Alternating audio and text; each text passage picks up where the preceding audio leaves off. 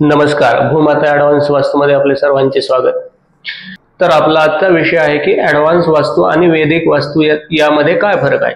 म्हणजे आपण जे वर्षानुवर्ष जे वास्तू करत आहोत आणि त्याची आणि आत्ताच्या वास्तूमध्ये काय फरक आहे आणि आजची वास्तू जे ॲडव्हान्स वास्तू हे आजच्या काळाची का गरज आहे। सर्वात अगोदर आपण हे क्लिअर करूया की ॲडव्हान्स वास्तूमध्ये आणि जे वैदिक वास्तू आहेत यामध्ये जे पंचतत्वाचे जे मूळ नियम आहेत तर तेच राहतील, कारण ते युनिव्हर्सल नियम आहेत, त्याला कोणीही बदलू शकत नाही। पण आता आणि त्यावेळेच्या वास्तूमध्ये जो बदल झाला आहे तर तो बदल जर आपण ग्राह्य धरला नाही किंवा आपण वास्तू करताना त्या गोष्टीकडे जर दुर्लक्ष केलं तर आपल्याला किंवा त्या प्रमाणात फास्ट रिझल्ट मिळू शकत नाही। ज्यावेळेस हे वास्तुशास्त्राची निर्मिती झाली त्यावेळेस जी परिस्थिती होती, त्यावेळेस ज्या आवश्यक गरजा होत्या किंवा त्यावेळेस जे स्ट्रक्चर होतं त्या स्ट्रक्चरला धरून ती निर्मिती केली होती किंवा तशी रचना त्या ग्रंथामध्ये लिहिलेली होती। आणि आजच्या आणि त्यावेळेच्या परिस्थितीमध्ये जर आपण जर पाहिलं तर जमीन आसमानचा फरक झालेला आहे।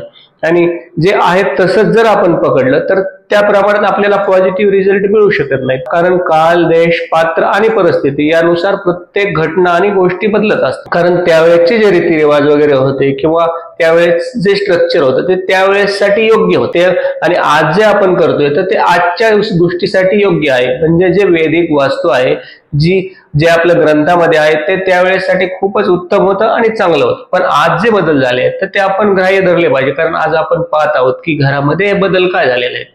तर त्यावेळेस घरामध्ये टॉयलेट नव्हते, सेप्टिक टँक नव्हते किंवा ओव्हरहेड वॉटर टँक नव्हता, घरामध्ये वेगवेगळे कलर नव्हते, वेगवेगळ्या डिझाईनचे पॅटर्न नव्हते, वेगवेगळे स्ट्रक्चर। कारण मी तुम्हाला मागील व्हिडिओमध्ये जे सांगितलेलं आहे की पिरॅमिडच्या स्ट्रक्चरमुळे त्यामध्ये विशिष्ट प्रकारची एनर्जी खेचण्याचं सामर्थ्य आहे। त्याप्रमाणे आपल्या घराचे जर आपण स्ट्रक्चर आजकाल पाहिले तर ते खूप वेगवेगळे आणि विचित्र प्रकारचे स्ट्रक्चर आहेत।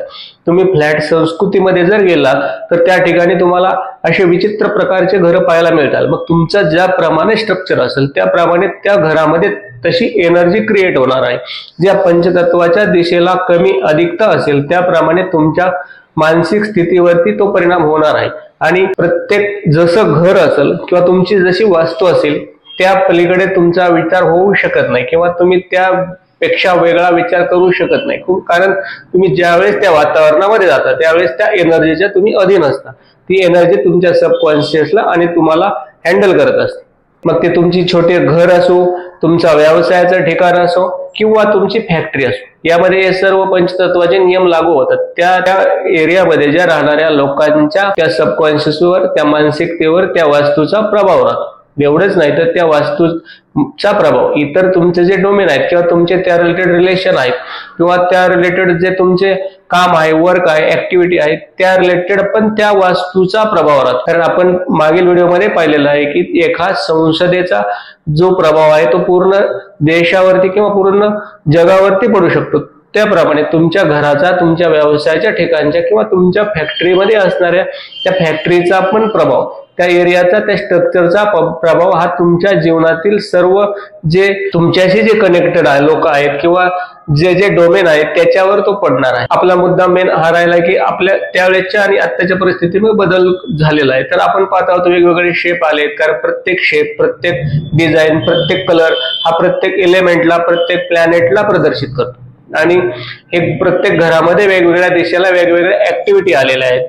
आणि प्रत्येक ऍक्टिव्हिटीला जसं आपण पाहत आहोत की वॉशिंग मशीन आलेली आहे, मिक्सर ग्राइंडर आहेत किंवा हीटर आहेत, गिझर आहेत, किचन आहेत, म्हणजे असं प्रत्येक जी ऍक्टिव्हिटी आहे ज्या एलिमेंटची आहेत ते ठराविक एलिमेंटच्या दिशेला गेल्या, त्या दिशेच्या एनर्जीमध्ये त्या एनर्जीचा प्रभाव येऊन एक वेगळ्या प्रकारची एनर्जी तयार होऊन त्या एनर्जीचा, त्या दोन्हींच्या संमिश्रणामध्ये जी एनर्जी तयार होणार आहे त्या एनर्जीचा तुमच्या सबकॉन्शियसवर आणि तुमच्या जीवनावर त्या गोष्टीचा प्रभाव नक्कीच पडणार आहे। आणि मागील व्हिडिओमध्ये मी तुम्हाला सांगितल्याप्रमाणे आसपास ज्याप्रमाणे पंचतत्व असतील त्याप्रमाणे तुमच्यावर तो इफेक्ट पडणार आहे। मग आपण आजकाल आसपास पाहत आहोत की मोठमोठे टॉवर आहेत, मोठमोठ्या बिल्डिंग आहेत, ती बिल्डिंग तुमच्या कोणत्या दिशेला आहे किंवा तुमच्या घराच्या बाहेरील दिशेमध्ये काय काय ऍक्टिव्हिटी आहे याचा पण प्रभाव तुमच्या जीवनावरती पडणार आहे। त्याप्रमाणे आपण आज पाहत आहोत की वेगवेगळ्या प्रकारचे इलेक्ट्रॉनिक ऑब्जेक्ट आहेत, त्यांचे रेडिएशन आहेत, हे पण आपल्याला लक्षात घेतले पाहिजे। वेगवेगळ्या प्रकारच्या ज्या पेंटिंग्स आहेत तर या पेंटिंग पण आपल्या जीवनामध्ये त्या प्रभाव टाकतात। कारण तुमच्या घरामध्ये असणारी प्रत्येक गोष्ट, प्रत्येक ऍक्टिव्हिटी ही तुमच्या सबकॉन्शियसची प्रोग्रॅमिंग आहे। म्हणजे तो एखादा फोटो असो किंवा एखाद्या ठिकाणी ठेवलेली एखादी वस्तू असो किंवा ठराविक ऍक्टिव्हिटी असो। तर आपण एक छोटंसं उदाहरण घेऊया की टॉयलेटचं काम काय आहे की ते ड्रेन करणं किंवा वेस्टेज बाहेर पाठवणं।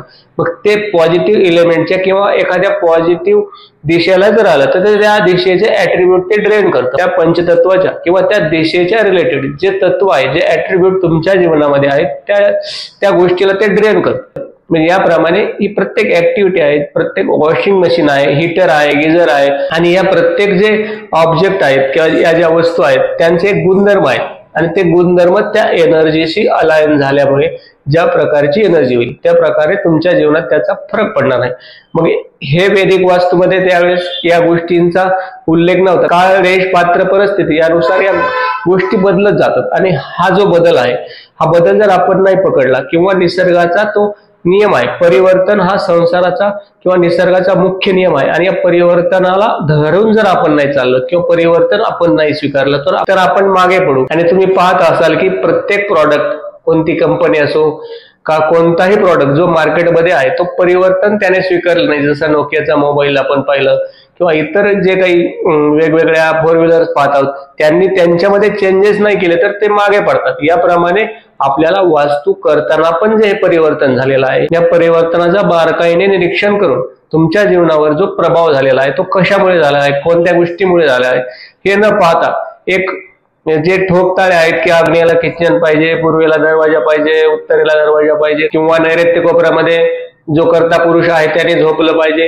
हे ठोकताळे आहेत आणि त्याला एवढं काही महत्व नाही। कारण प्रत्येकाची कुंडली, प्रत्येकाचा स्वभाव, त्याचं तत्व कसं आहे, तो कोणत्या एलिमेंटचा आहे यानुसार प्रत्येक गोष्ट प्रत्येकासाठी वेगळी आहे। एकच मेडिसिन आपण जर पाहिलं तर प्रत्येकावर ते काम करत नाही। त्याच्या प्रकृतीनुसार त्याला जर योग्य प्रकारे ट्रीटमेंट नाही दिली तर तो त्याच्यात रिकवर होऊ शकत नाही। तसंच हा वास्तूचा पण नियम आहे, ही प्रत्येक वास्तू हे प्रत्येकासाठी वेगळी आहे आणि हा जो बदल आहे तो आपण जर नाही पकडला तर आपल्याला पॉझिटिव्ह रिझल्ट मिळणार नाहीत। आणि आपण आज सर्वात महत्वाचा घटक म्हणजे वास्तू किंवा आपलं घर बनवताना जो होणारा आजकाल भरमसाठ खर्च आहे, तो खर्च परत आपल्याला त्यासाठी लागणारा जो वेळ आहे, आज आपल्याला टाइम खूप महत्वाचा आहे आणि या गोष्टी महत्वाच्या आहेत। त्यामुळे ऍडव्हान्स वास्तूची गरज आहे।